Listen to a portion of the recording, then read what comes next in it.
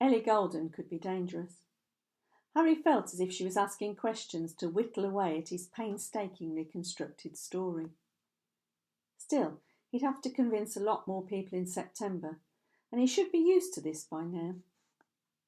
She'd recognised something in him, of that he had no doubt. He didn't remember meeting her before, but there was a niggling feeling that it could have been in that time he couldn't remember. His black hole. She didn't have the look of any other artist he'd seen.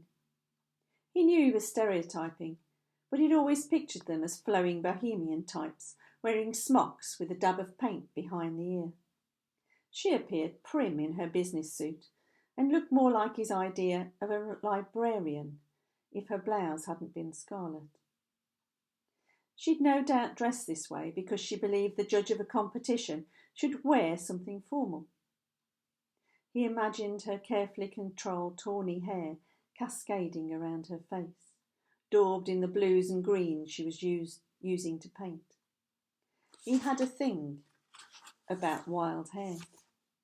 A quiver of interest sparked through him as he noticed the silver highlights in her blue eyes. Steady, mate. Don't get too interested. Remember you need to get on with your job and stay in the background the rest of the time. Safer. Harry, have you had a chance to look at these sculptures? Some very talented work here. Really impressive for 11 to 16-year-olds. Her voice was full of genuine excitement. He turned, after what he knew was a slight hesitation. Would he ever get used to that name, Harry? Why had he chosen that? It still gave him such a shock when he pulled out his credit cards and his driving licence to see it. Even his degree certificate had been changed. They'd done a thorough job.